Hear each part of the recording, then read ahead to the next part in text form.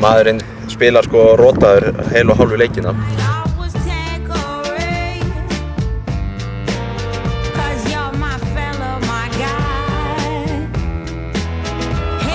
Strákan að taka við það hinn. Halló? Já. Já, blessað. Ég þekki, þú veist, það, ég var að hugsa þar. Það er ekki leið. Ha? Sem sennilega sterkasti maður sem ég hef nokkuð tíma spilað með og séð á fótboltavelli. Den hann taka þetta upp. Já, hann var mjög eðlilegt að maður sem 120 kg á hreinu kjöti myndi taka dverginn eins og sem hann tók og bara buffa hann sko. Þannig að hann klárlega harðastur. Og svo ákvað Aggi Skalli að taka hérna, þá væntanlega ekki Skalli út af góðu skallamaður en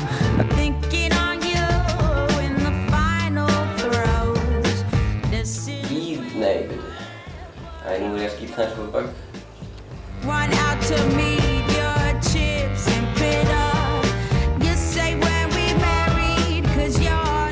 Kóngurinn með lappirnar. En svo náttúrulega bara eins og allir Völsunga þekkja og strákarnir sem fara að spila í sumar, það bara mærudagsleikinir. Það ekkert skemmtilegar en að vera á laugardegi klukkan 4, 2 eða 4 með fulla stúku, fullu bærinn og þú veist, og fara inn í leik þar sem þú veist að þú ert ekki að fara að tapa og svo kemur bara solid sigur og svo er alltaf bara jam og djús kvöldið og bara partí sko.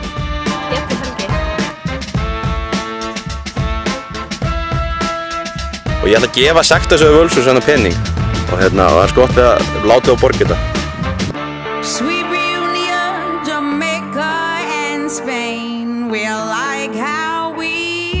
Bara allt, bæjarfélagið styðji liðið heild og sína áhuga. Gert ennþá meira og Völsung geti komist ennþá herra. Og sé bara að sinna fótboltanum vel á Húsavík. Mér finnst það bara mjög mikilvægt.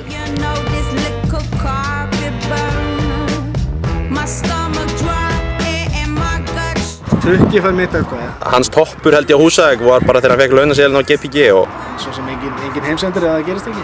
nefndur Hafdi Trifke.